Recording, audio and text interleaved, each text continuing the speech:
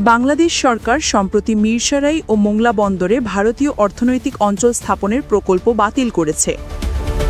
এই সিদ্ধান্তটি এসেছে দীর্ঘ আলোচনা ও পর্যালোচনার পর, যেখানে প্রকল্পগুলোর বাস্তবায়নে ভারতীয় অংশীদারদের আগ্রহের অভাব এবং কার্যক্রমে অগ্রগতি না হওয়ার বিষয়টি গুরুত্ব পেয়েছে।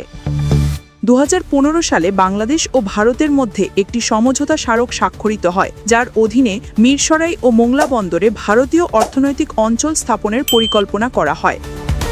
এই প্রকল্পগুলোর জন্য যথাক্রমে 900 একর ও 110 একর জমি বরাদ্দ দেওয়া হয়। প্রকল্পগুলো বাস্তবায়নের জন্য ভারতীয় ঋণ সুবিধা নির্ধারণ করা হয়, তবে বাস্তবায়ন প্রক্রিয়ার সমস্যার সৃষ্টি হয়। ভারতীয় ঠিকাদারদের পক্ষ থেকে কোনো আগ্রহ প্রকাশিত হয়নি এবং টেন্ডার প্রক্রিয়ায় অংশগ্রহণের জন্য কোনো প্রস্তাব জমা পড়েনি। ফলশ্রুতি প্রকল্পগুলোর বাস্তবায়ন কার্যক্রম প্রায় স্থবির হয়ে পড়ে।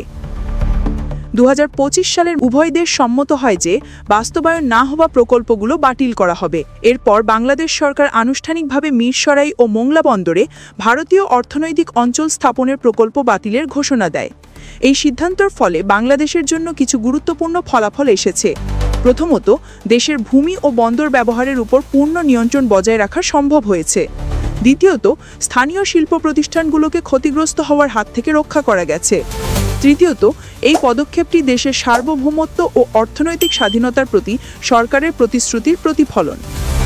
সার্বিকভাবে মিরসরাই ও মোংলা বন্দরে ভারতীয় অর্থনৈতিক অঞ্চল স্থাপনের প্রকল্প বাতিলের সিদ্ধান্তটি বাংলাদেশের অর্থনৈতিক ও কূটনৈতিক স্বার্থের প্রতি গুরুত্বারোপ করে। এই পদক্ষেপটি দেশের উন্নয়ন ও স্বার্থ রক্ষায় একটি গুরুত্বপূর্ণ মাইলফলক হিসেবে বিবেচিত হচ্ছে।